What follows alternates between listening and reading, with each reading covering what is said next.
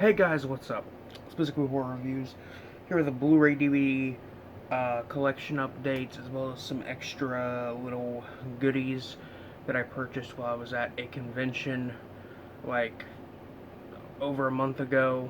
A lot of this stuff is mainly just stuff I have hoarded up since my last update, which was like August 20 something. That it was almost 2 months ago. So yeah, we got that going on. So I guess I'll just dive right in to this. Start with the DVDs first, mainly because that stuff's easy to get out of the way, a bit easier to get out of the way. First, we have an out-of-print title from Massacre Video that I managed to get off eBay for like 20 bucks. Surprisingly cheap, considering I've seen this title going for like upwards of $40 to $70. Now I'm only missing like two titles from their DVD catalog. I'm of course talking about Demon Queen. Demon Queen from Donald Farmer, who directed Cannibal Hookers, which I have in my collection, which is a very fun, very low budget, shot on video zombie movie. This is his kind of vampire-ish movie. It's a very interesting kind of weird gore film. It only runs for like, I can't even find a runtime on this fucking case.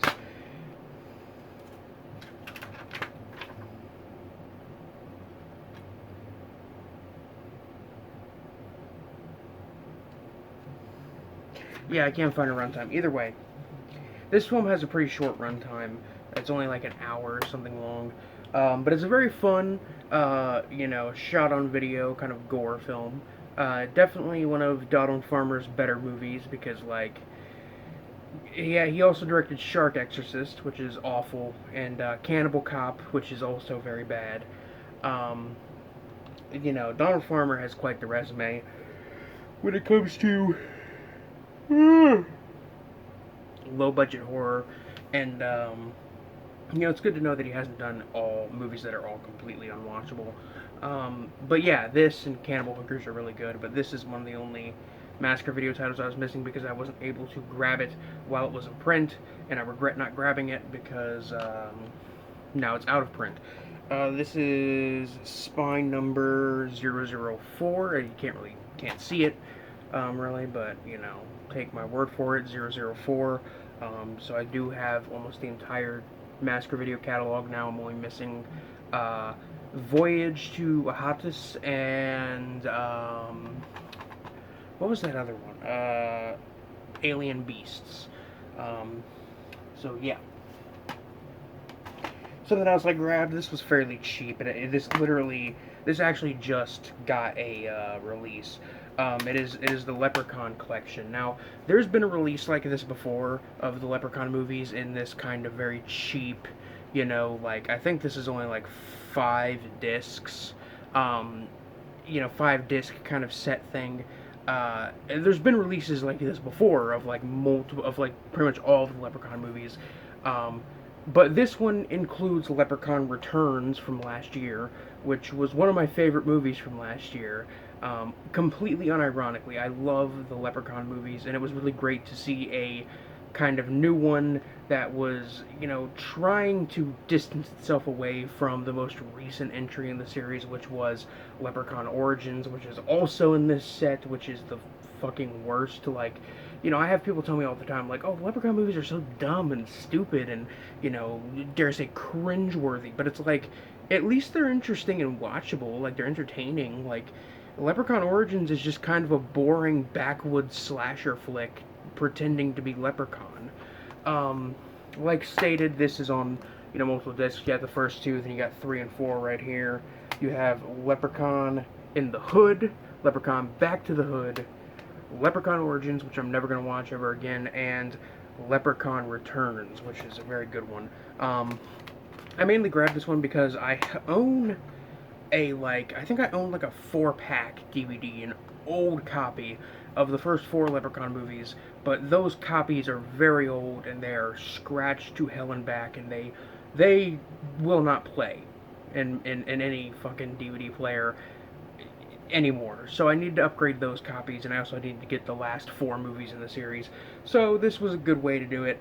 Um, I really love the entire series, honestly. They're all very fun movies, including Leprechaun in Space, which is, like, to a lot of people is the worst one, but that one's really fun. Onto the Blu-rays, we got a new release, or maybe not new, but it's a recent release from Arrow Video. I'm talking The Hills Have Eyes Part 2. I absolutely love this. Love, love, love The Hills Have Eyes Part 2. This movie is amazing. It's fun, it's goofy, it's stupid, it's over the top, it's ridiculous, but it's also just a lot of fun. Like, if you want something that's more like the original Hills Have Eyes, or the first Hills Have Eyes, then definitely this isn't what you're looking for. But if you want something that is fun, cheesy, entertainment, this is something to check out. Comes with a movie and a little booklet.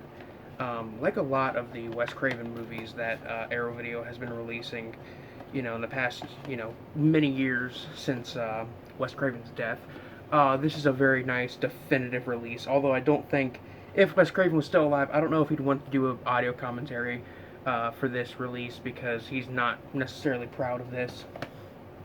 But just like a lot of Massacre Video releases, comes with reversible cover art featuring the original poster artwork, which, I'm not gonna lie, the original poster artwork for The Hills Have Eyes Part 2 is one of my favorite movie posters of all time. It's just very colorful and wild and weird looking. Also comes with the trademark classic, little advertisement postcard in there, which sometimes this can give you a bit of a hint as to what they're going to be releasing in the future. Sometimes it doesn't. I don't really care, it's just a nice little thing. And, very similar to the, I'm pretty sure the releases of the first Hills Have Eyes that they did, and the release of Last Us on the Left they did, had these postcard kind of prints of the old poster artwork, and, kind of lobby cards, production stills, which is cool. This is like a VHS cover. I really like that. And I can get into these. They're fun little collectibles. They're not necessarily anything that I would say is required for a special edition release of any movie, let alone a movie as poorly received and underappreciated as The Hills Have Eyes Part 2, but it's a cool little bonus, like I've said before, and I like it. This also comes with, like I said before, the booklet, which has a bunch of writing about the film, and a poster, which is very similar to the first Hills Have Eyes poster that came with the release of the first one. I have it hung up. It's actually hanging right there. Right there. See? Yeah, there it is. That I have that poster hanging up, because I love the poster artwork for that film. This one is a very late birthday present from my friend Tristan. He bought me this like in May for my birthday, or I think it might have been in June for my birthday, and he just did not get around to giving it to me until October. It's Climax on Blu-ray, which this was released by A24, and there's my ticket stub from when I went to see Climax, because I got the chance to see that in the theater, and it was very, very uncomfortable. It's cool that this movie got a release from A24 in the US, because A24 is a very good company, don't get me wrong, but it got a release in the UK from Arrow Video, which is, in my opinion, a better cult film distributor, mainly because they do a lot of the old stuff. A24 mainly handles, modern stuff. But, for some reason, like, A24 doesn't want to distribute this directly, so they have it as a burn-on-demand disc on Amazon, very similar to the release of The Greasy Strangler. Not that that is an A24 release, that is not, but that is a burn-on-demand disc that comes in this really, really thick Blu-ray case, which I don't mind that, but it comes with, instead of the Blu-ray logo, it says Blu-ray disc, and the disc itself is blank as fuck, and, is a BDR, you know, disc.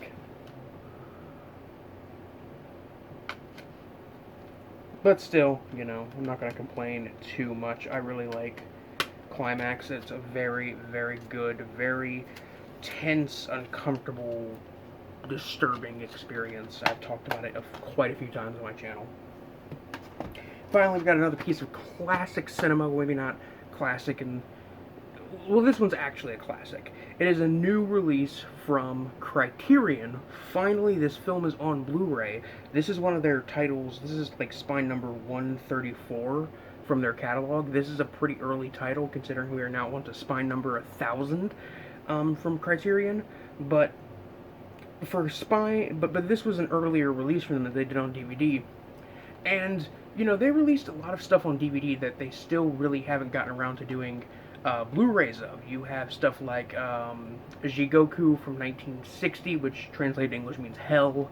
You have Sweet Movie, which is a very, very good one. Very good kind of weird, I think it's Yugoslavian art house film from the 70s. You also have Man Bites Dog, which does not have a Blu-ray release from Criterion yet for some reason. And up until just, I think, last year or so, Sisters from Brian De Palma did not have a release from Criterion, which is also kind of a shame. I'm happy that this finally has a release. I'm talking about Haxan, Witchcraft Throughout the Ages. This is like one of the greatest horror films ever made. This is a quintessential fucking piece of, you know, silent horror cinema. It's considered to be, you know, an early example of the exploitation genre. It's a weird mix of documentary and horror. The fucking imagery in the film, like this very, very iconic image right here that is on the inside of the slip, is super iconic and cool and just beautiful, and how morbid it is. I've seen Haxan quite a few times. I even feature it in the review intro in my channel when I do my reviews. I featured a little clip of it, a image of the devil from it, which the devil in Haxan is just super, super creepy. I love this shit. And I didn't have Haxan before. I'd been meaning to pick it up, but eventually I heard that there was going to be a Blu-ray release, and I was like, alright, well, I guess now's my time to pick up Haxan and finally have it in the collection. I haven't watched this one in a few years, but this one comes with some decent special features, you know, commentary from a film historian, you know, music. I think it's like the director's introduction from the 1941 release, outtakes, a photographic exploration of the director's historical sources created in 2001, essays about the film. This alternate cut of the film that runs for 76 minutes that has a jazz soundtrack and is narrated by William S. Burroughs, which is very, very cool. William S. Burroughs is a very good writer, or was a very good writer. He was a big part of the kind of Beat Generation counterculture in the 60s, and I think he's somebody who's perfect for something like this, because his work, especially his works of fiction, often dealt with very weird, supernatural, science fiction, kind of, you know, otherworldly themes, and Haxan is definitely that. Now on to some of the stuff I bought at the convention. I should show off the big thing I bought first. This I got for like pretty. I want to say I got a good deal on it, but I probably didn't. Let me just do something here real quick before I show off the box for this movie. For this thing I got. Yeah, that's a bit better. I bought this very, very expensive, very premium Shin Godzilla figure. This is the box. It's a very big box. Yeah, it's a figure of the version of Godzilla from the I think 2016 Japanese Godzilla film, Shin Godzilla, which was directed by I think it was Hideaki Anno, who was one of the main creative main guys who created the anime of Evangelion, as well as um, the film ending to it, End of Evangelion, which is a very great movie. Shin Godzilla is a very great movie. It's a movie that kind of it's handicapped by the fact that it is a very cultural film.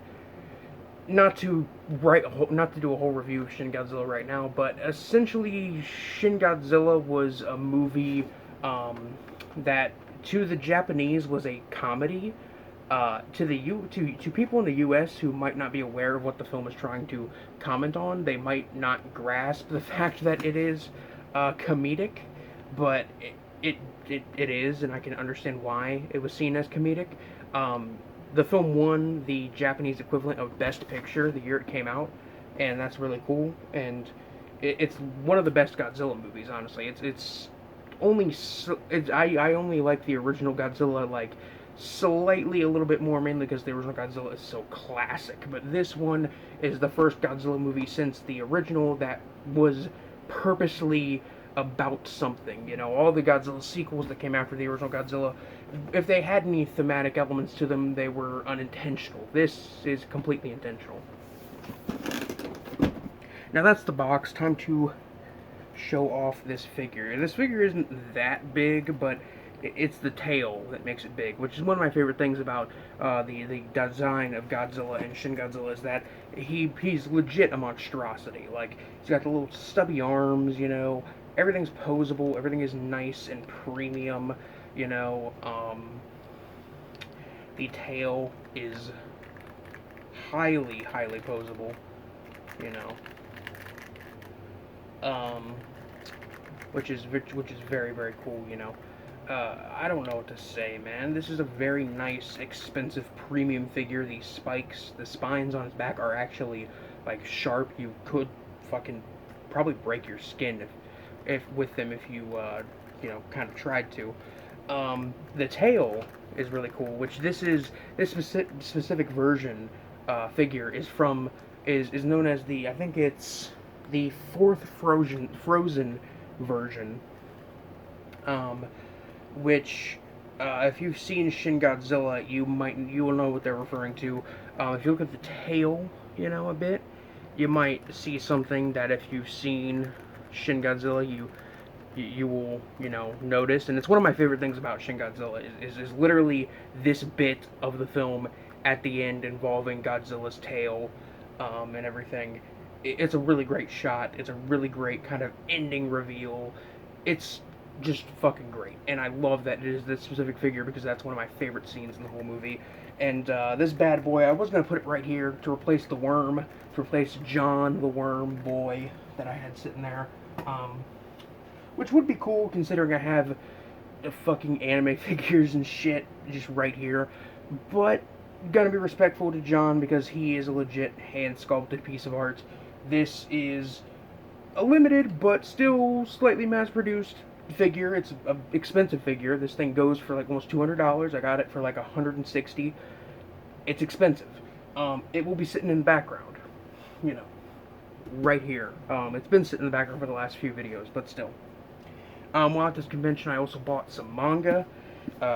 Literally, it's all stuff by Junji Ito, which I recommended Fragments of Horror by him in my Halloween recommendation video.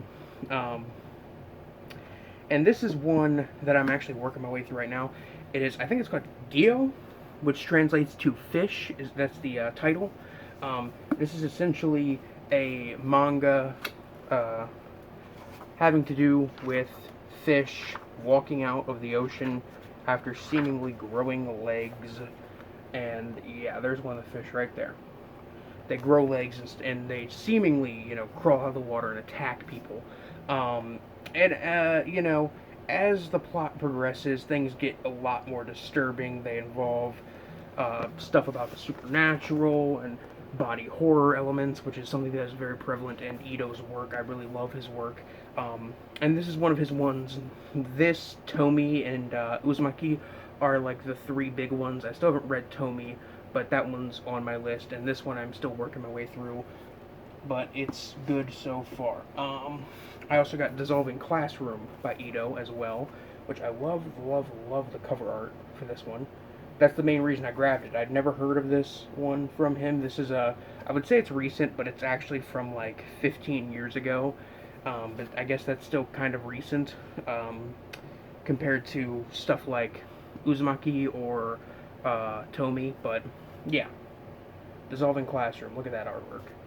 And this one is a very interesting kind of series of um, stories and vignettes having to do with a young man who is a Satanist, um, and his younger sister, who is seemingly evil, and they go on misadventures and cause horrible death and destruction everywhere they go. It's a very interesting, entertaining little collection of stories. All of them pretty much, completely unrelated, and at the end, very similar to a lot of other, um, you know, releases of Ito's work. There are like two very small, quick, short, little stories by Ito at the very end. One of them having to do with, children going missing and their parents finding them planted in the woods, and yeah, that's kind of weird. But yeah, Dissolving Classroom. We got Junji Ito's Frankenstein, which I still haven't cracked into this one, but as far as I can tell, this is like a legit, manga adaptation of Frankenstein. There's a lot of dialogue, which, when it comes to Ito, that's not something you're really used to if you've read a lot of his work. Not that his work is completely dialogue free, but there's a lot of reliance on visuals in his work. Um, and yeah, I've actually never read Frankenstein, the original Mary Shelley's Frankenstein, all the way through, but I saw this, and this was like, I think like $15, so I grabbed it. This is a very, this is another one from him I've been meaning to get around to. And finally, the last one, which this one I'd already read my way through before I bought it, but I bought it because it's a good one, and this is the one I recommended in my Halloween recommendation video, Fragments of Horror, which, is good stuff. There's one here. There's actually a story in here that is, I think, a spin-off of Tomy that has to do with a guy wearing a red turtleneck, and then it makes his head fucking pop off. Yeah, it makes his head pop off, and then, like, he turns into a pile of cockroaches. It's bizarre shit, but this is really also very good stuff, and that's actually it for this update. I've been meaning to do this one pretty much since I bought this stuff at the convention, but I was like, nobody really wants to see that stuff for the most part. It's, something that should just be saved for later, and here we are over a month later, and yeah. Anyway, guys, that's it for this one. There wasn't any background lighting or anything this time because I'm very tired and lazy today. So, yeah, I will catch you guys later. This is Biscuit Boo Horror Reviews, signing off. Peace.